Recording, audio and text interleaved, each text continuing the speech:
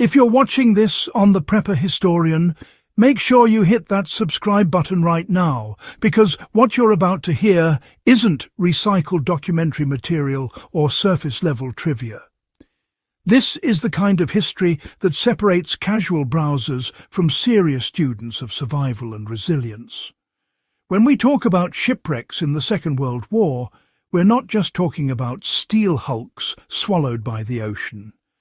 We're talking about men stranded for days or even weeks with little more than their will to live keeping them afloat. These are stories that force you to rethink what real survival looks like, and they reveal lessons that any modern prepper, historian, or open ocean enthusiast can actually apply today. Why the first hours after a sinking decided who lived and who didn't.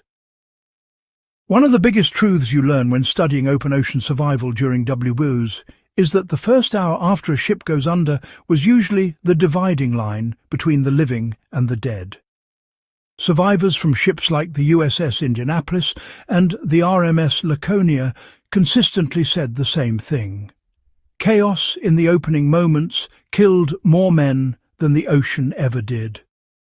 Those who stayed calm, oriented themselves, and made quick, practical decisions, grabbing debris, linking up with others, distancing themselves from oil slicks and burning wreckage, were the ones who bought themselves time.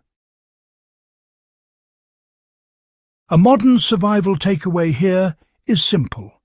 You prepare for the first 5 minutes of any disaster before it happens.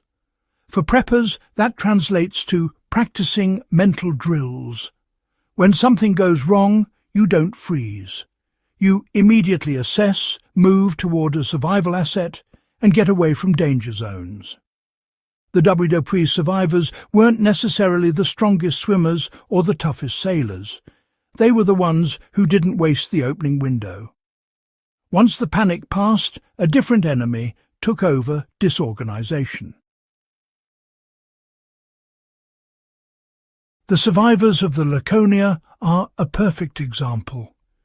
In one of the lifeboats, a junior officer stepped up, assigned roles, rationed water, and rotated men at the oars. That lifeboat survived. Another boat, just a short distance away and without leadership, dissolved into chaos and eventually disappeared. This is a lesson every survival-minded person should internalize.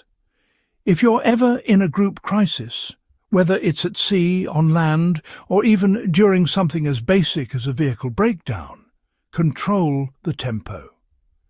Establish a chain of responsibility. Create simple jobs. Structure prevents despair.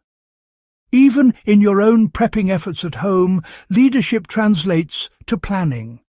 You decide who handles communication, who handles supplies, who handles medical issues. The World War II survivors knew instinctively what many people today forget.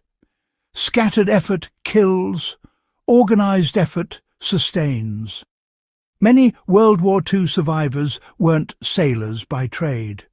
Some were cooks, clerks, or engineers with little swimming experience. Yet those who understood the ocean, even minimally, had a dramatic advantage. Survivors who recognized prevailing currents, the behavior of sharks, the timing of weather patterns, and the importance of staying with debris fields dramatically increased their odds. The men from the Dutch ship Tanimbar survived in part because they understood how to drift with currents rather than fight them, conserving their strength. This translates seamlessly into preparedness today. When you're outdoors, whether hiking, flying, or boating, the environment is your biggest variable. Spend time learning how wind influences drift.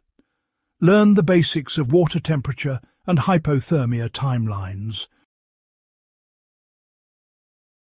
Understand how long you can function under physical strain before energy loss becomes irreversible.